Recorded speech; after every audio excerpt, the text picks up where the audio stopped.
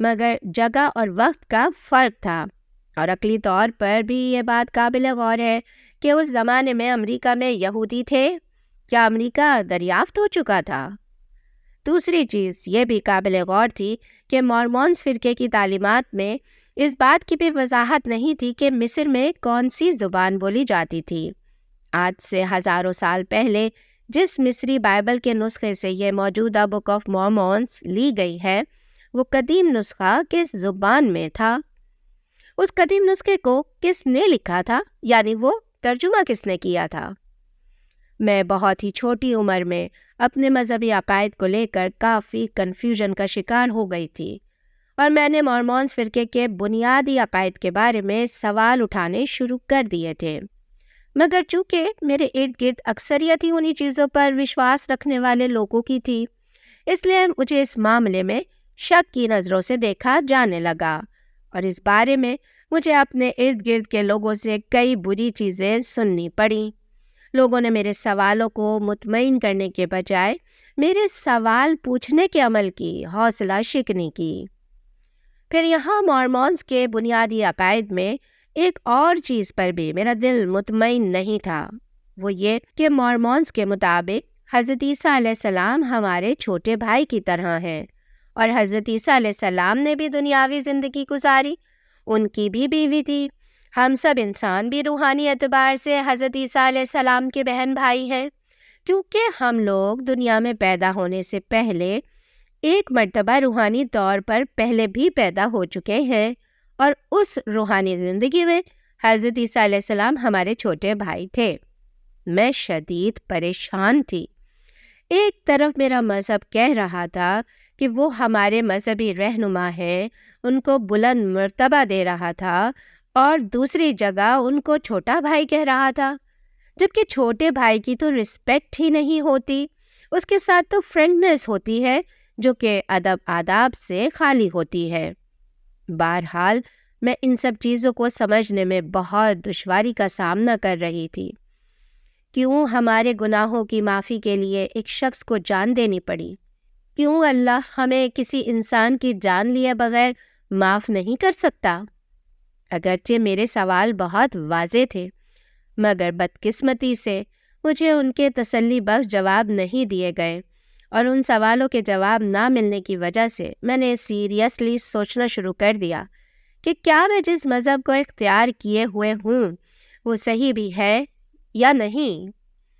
میں اس وقت تک خود کو ہی غلط اور قصوروار سمجھ رہی تھی کہ شاید میں ہی غلط ہوں، جو ایسی باتیں سوچ سوچ کر خود کو حضرت عیسیٰ علیہ السلام کے دین سے دور لے جا رہی ہوں، کیونکہ میرے ارد گرد معاشرے کے رد عمل نے مجھے یہی بتایا تھا کہ ایسی سوچیں سوچنے والا دماغ ہی شیطان کا گھر ہے۔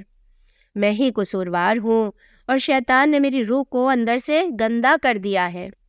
یہ وہ ٹائم پیریڈ تھا جب میں بہت ہی بری ذہنی کیفیت سے گزر رہی تھی۔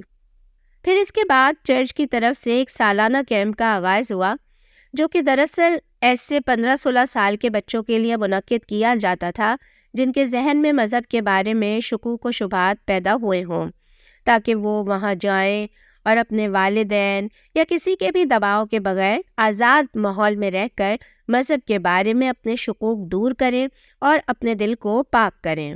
وہاں کئی مذہبی پیشوا ہوتے ہیں، اور آپ ایک ہفتہ وہاں گزارتے ہیں، سوال پوچھتے ہیں اور اپنے شکوک و شبہات کو دور کرتے ہیں۔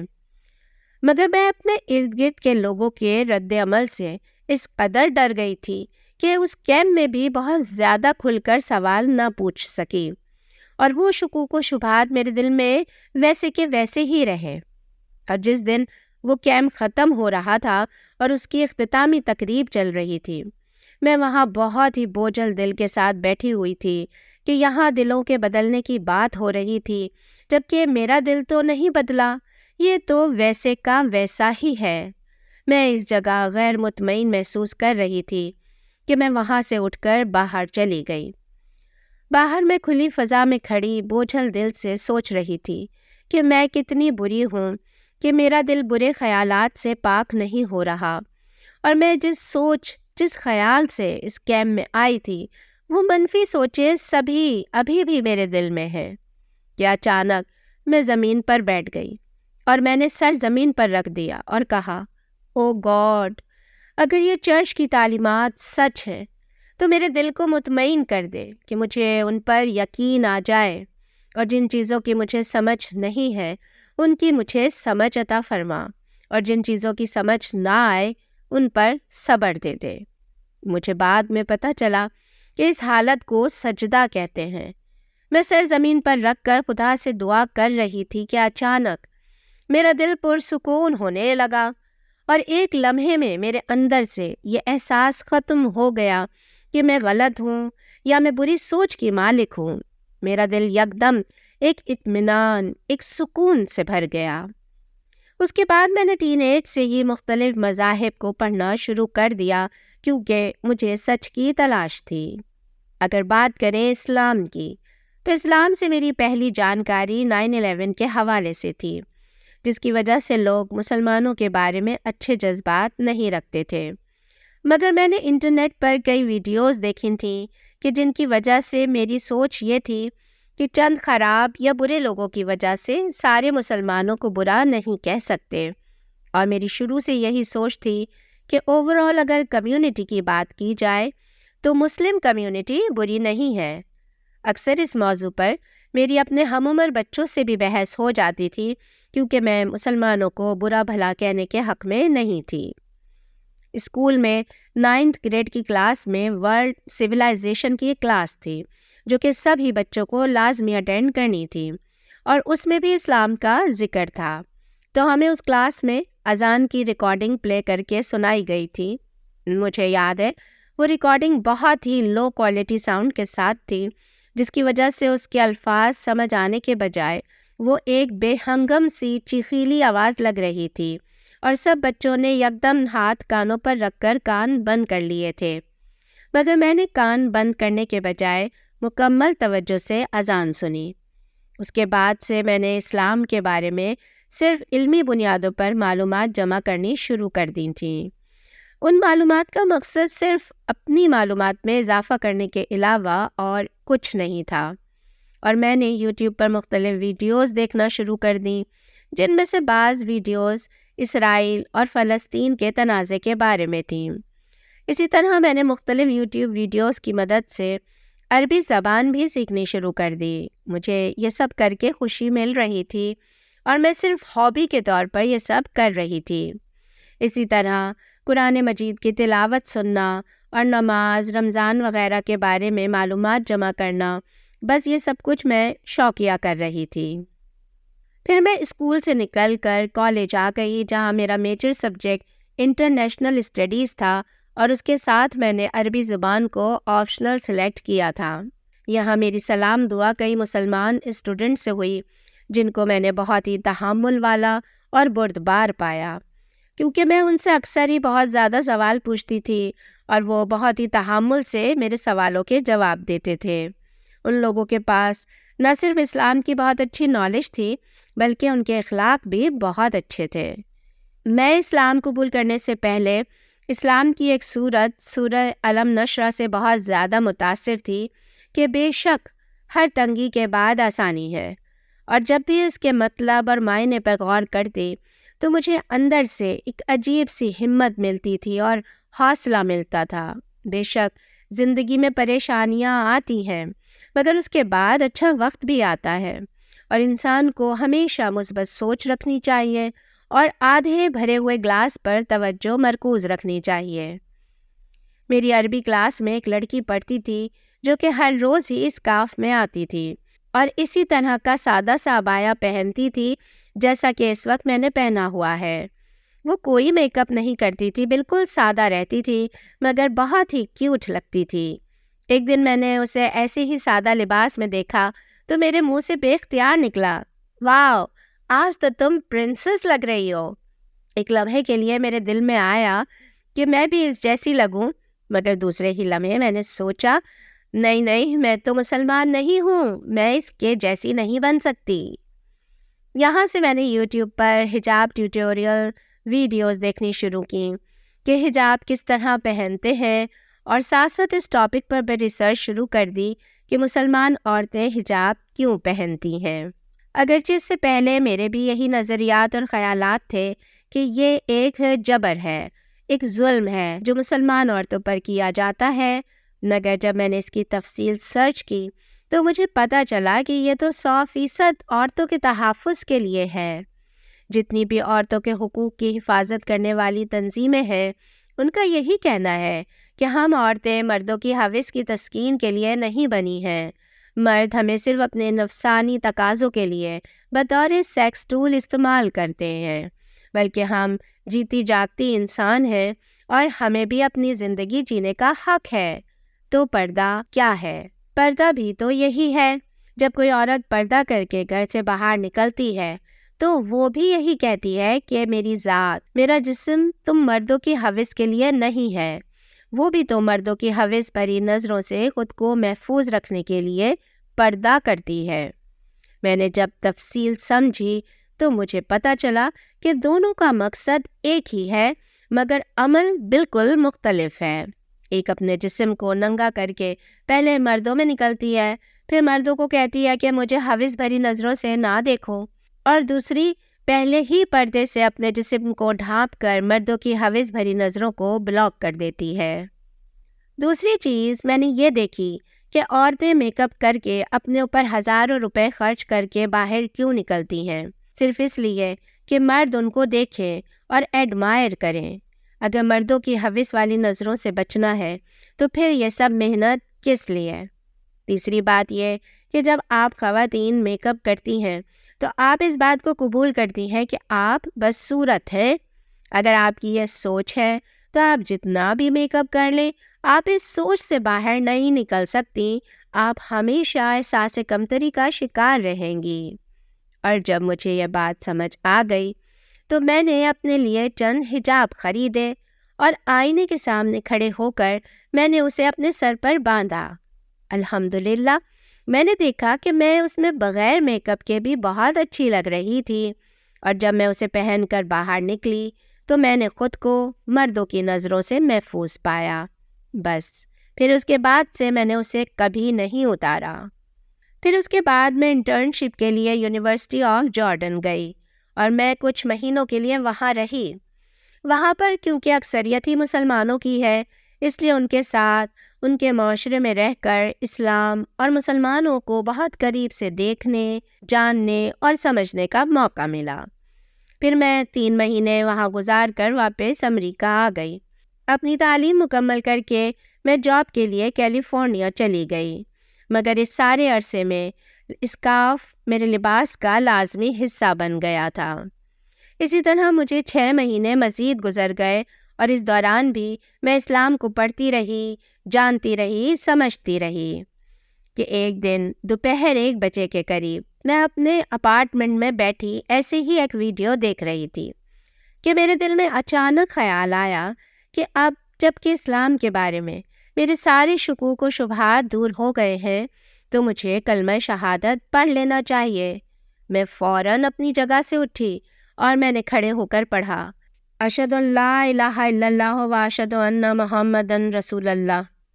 اور بس الحمدللہ اس دن سے لے کر میں آج تک مسلمان ہوں۔ اسلام قبول کرنے کے بعد میری فیملی نے الحمدللہ بہت ہی کھلے دل کے ساتھ مجھے قبول کیا۔ خاص طور پر میری ماں میرے لیے بہت ہی مددگار اور معاون رہی ہے۔ حتیٰ کہ ایک مرتبہ میں نے کہا کہ مام، میں نہیں چاہتی کہ میری پرانی بغیر حجاب والی تصویریں کوئی اور دیکھے، تو میری والدہ نے نہ صرف میری پرانی ساری تصویریں اپنے فیس بک سے ڈیلیٹ کر دیں، بلکہ گھر میں بھی میری ساری پرانی تصویریں اٹھا کر اپنے بیڈ روم میں شفٹ کر دیں۔ بس یہی میرے اسلام قبول کرنے کی کہانی ہے، اور امید ہے کہ کسی اور کے اسلام کی طرف آنے میں معاون ہوگی۔ کے ساتھ ہی آپ مجھے اجازت دیجیے۔ اللہ نگہبان۔